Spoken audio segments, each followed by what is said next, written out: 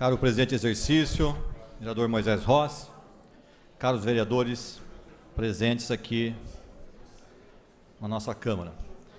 Eu gostaria de puxar um assunto que eu já fiz menção há 1 ano e meio atrás, e o Jornal da Cidade trouxe sexta-feira em manchete,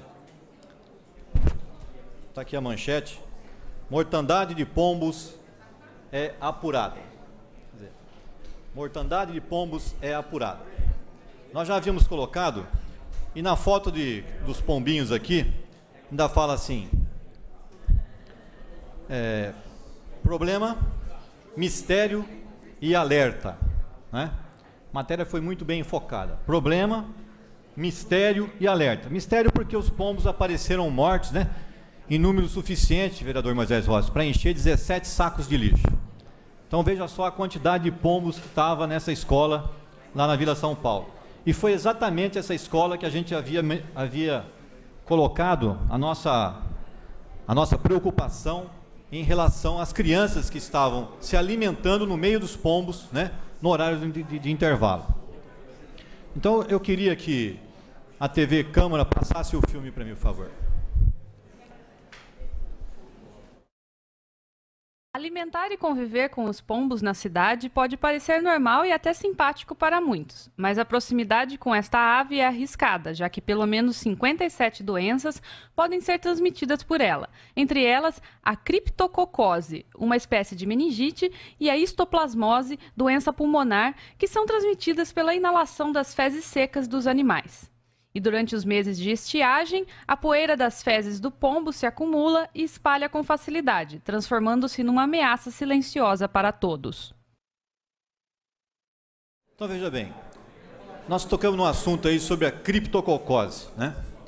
A criptococose, na verdade, é um fungo que chama Cryptococcus neoformans. Esse fungo, ele está presente nas fezes, não é só do pombo, é qualquer pássaro. E quando as fezes do pombo elas estão secas, se você for varrer as fezes do pombo, ela seca, esse fungo que está aí, esse fungo ele acaba penetrando nos pulmões. Essa é a via, pela forma como ela entra, pelos pulmões. Ela pode ficar latente ali por vários anos. E muitos anos depois, você acaba desenvolvendo essa doença, que pode atacar o pulmão, ela pode pegar as meninges, dar uma meningite. E, para você ter uma ideia, é uma coisa extremamente difícil para a gente sanar o problema, né? Nós tivemos e outros pacientes imunodeprimidos, por exemplo, tem uma disseminação sistêmica, né? Você pega os pacientes e aí começa a aparecer bolha de criptococcus pelo corpo inteiro. E os pacientes que têm a patologia, principalmente o criptococcus, ele vai poder ter a forma no pulmão, pode pegar o cérebro, que é a forma neurológica, pode pegar a pele e também pode pegar o olho, né? O último paciente que eu vi com criptococose ficou internado, para vocês terem uma ideia. Essa é a paciente, ó. Olha o fundo do olho dela. Aquela bolinha que parece um sol nascente ali é o nervo óptico dela. Ela ficou 9 meses internada no hospital sem poder ter contato nem com a filhinha dela. 9 meses. E terminou ainda com uma atrofia do nervo. Vocês podem ver que o nervo óptico dela é aquela bolinha branca ali, ó, dos dois lados. Ficou atrofiado por causa de uma infecção por fungo. É uma trabalhadora de uma importante indústria aqui na cidade, e os fungos, né, acabavam ficando com a quantidade de pombos que estava lá, defecavam em cima das caixas onde ela manuseava. Outra forma é a histoplasmose, também pode ser transmitida, aquela bola grande que está perto do coração ali, ó, no pulmão. Extremamente difícil para a gente poder tratar isso. Difícil para fazer o diagnóstico e difícil para você tratar também. E a melhor forma de a gente combater isso é o controle da população dos pombos. Não tem outra forma melhor, né?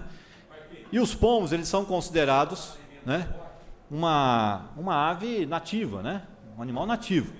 Apesar dele ter vindo aqui no Brasil no século XVI pelos portugueses, né? Os portugueses se alimentavam de ovos e de carne de pombo.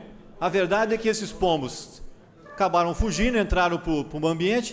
E hoje nós temos um grande problema: alimentar esses pombos, eles se proliferam, e se tiver que fazer uma limpeza de fezes desse tipo que nós estamos vendo aqui, essa limpeza ela tem que ser feita sempre úmida, porque o pó desses pombos transmitem, para vocês terem uma ideia, 70 doenças já são conhecidas pela medicina que são transmitidas pelas fezes dos pombos. 70.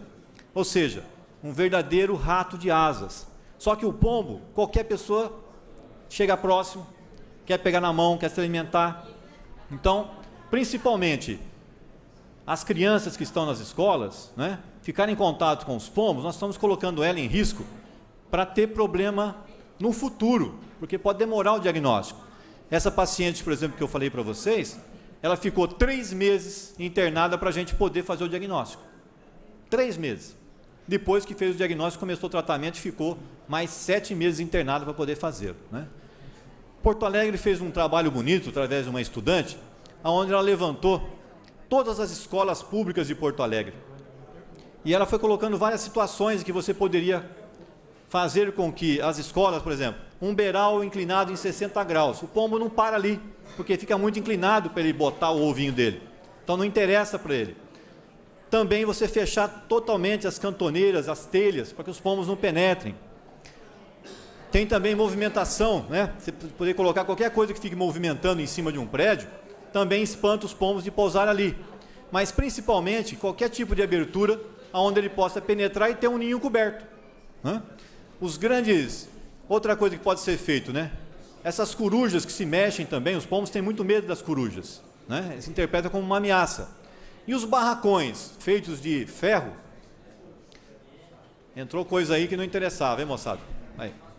Os barracões que são feitos de ferro, por exemplo, são cobertos de telha de zinco. Naquelas regiões ali, né, pela largura, né, das terças, é local suficiente para o pombo nidificar ali. Então, os barracões que são feitos nas escolas públicas, os ginásios de esportes, eles podem ter uma quantidade enorme de facilidades para que os pombos proliferem. E aí existe uma série de medidas que os centros zoonoses podem tomar para você evitar a proliferação. Já está mais que provado, se você for tentar exterminar, você acaba sempre fazendo com que venham pombos mais novos até. E aí fica mais difícil ainda.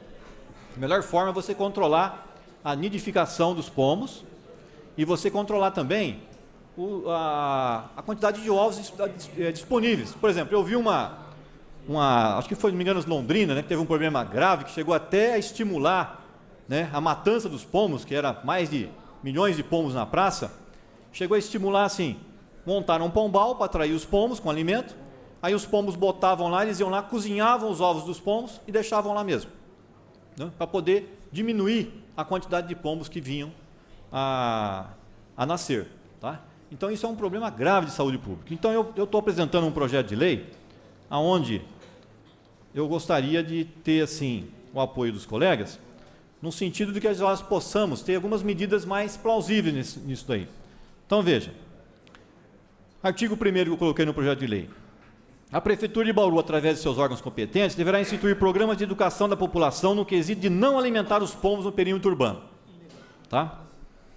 Outra coisa, os projetos arquitetônicos e de engenharia dos prédios públicos a serem construídos a partir da aprovação desta lei deverão obrigatoriamente serem dotados de soluções arquitetônicas que impeçam a nidificação dos pombos e ou outras aves. Não é? Quer dizer, se nós vamos construir uma escola nova, por que já não pensar em tudo isso? Vamos construir um auditório novo? Você sabe que os pombos vão entrar ali, não é? Sem contar que se você deixar as maritacas entrarem, qualquer pessoa que tem qualquer casinha que deixou entrar uma maritaca no forro, ficou sem fio, porque elas descascam totalmente os fios. E não é só pombo que prolifera isso não, qualquer pássaro pode proliferar. Toxoplasmose então, uma quantidade enorme, e tudo pelas fezes dos pombos, sem contar que as fezes, se cair na pintura de carro, elas detonam o carro, não é? Se cair em cima dos monumentos públicos também detonam, né? E tem gente, tem vários casos descritos de pessoas que em dias chuvosos escorregou nas fezes de pombo e acabou fraturando uma perna, né? Quem tiver parente aqui que teve uma pessoa idosa com uma perna fraturada e ficou acamada o resto da vida, sabe muito bem que uma pessoa dessa, com uma perna fraturada, a chance de fazer uma embolia pulmonar é muito grande e acaba morrendo às vezes por causa de um escorregão desse. Outra coisa que eu coloquei aqui, que eu gostaria que as secretarias, né, do meio ambiente, juntamente com a prefeitura, pudesse fazer com que as secretarias de Estado de Educação, juntamente com a do município, sentem e tentem achar soluções para isso. E para isso, só complementando, presidente, para isso é necessário que nós possamos fazer levantamentos de quais são as escolas que estão tendo problema com os pombos. Porque, na verdade, elas têm o problema, como o problema não é resolvido por ninguém, vai saber se algum pai não está indo lá e exterminando os pombos, né, para tentar fazer com que o seu filho não corra maior risco. Obrigado, presidente.